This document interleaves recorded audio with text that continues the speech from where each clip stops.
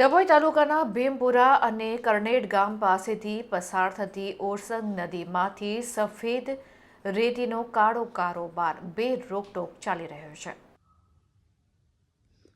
રાત્રિના અંધકારનો લાભ લઈને ભૂમાફિયાઓ દ્વારા સફેદ રેતીનું ગેરકાયદેસર ખનન કરી કાળો કારોબાર ધમધમતો કરવામાં આવ્યો છે।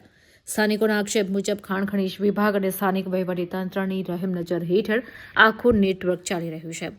ગેરકાયદે ખનનથી ઊભા થયેલા ગંભીર પ્રશ્નો જળ સંકટનું જોખમ ઊભું થયું છે। નદીના પટમાં મસમોટા ખાડા કરી દેવામાં આવ્યા છે। રેતીનું સ્તર ઘટવાને કારણે ભૂગર્ભ જળના સ્તર ઊંડા જઈ રહ્યા છે। જો આ જ ગતિએ ખનન ચાલુ રહ્યું તો આગામી ઉનાળામાં ભીમપુરા અને આસપાસના ગામોમાં પીવાના પાણીનું ભયાનક સંકટ સર્જાવાની પૂરેપૂરી શક્યતા છે।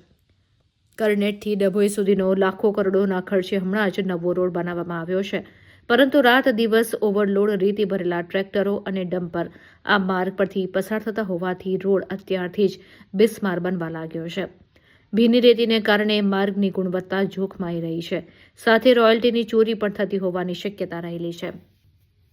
સરકારને મળવાપાત્ર લાખો રૂપિયાની રોયલ્ટી ભર્યા વગર જ બે રોકટોક રેતીનો વેપલો ચાલી રહ્યો છે, જેનાથી સરકારી તિજોરીને પણ મોટું નુકસાન થઈ રહ્યું છે। ત્યારે 2 નંબર રેતી ખનનને રોકવા માટે કડક કાર્યવાહી હાથ ધરવામાં આવે તેવી ઉગ્ર માંગ ઉઠી છે।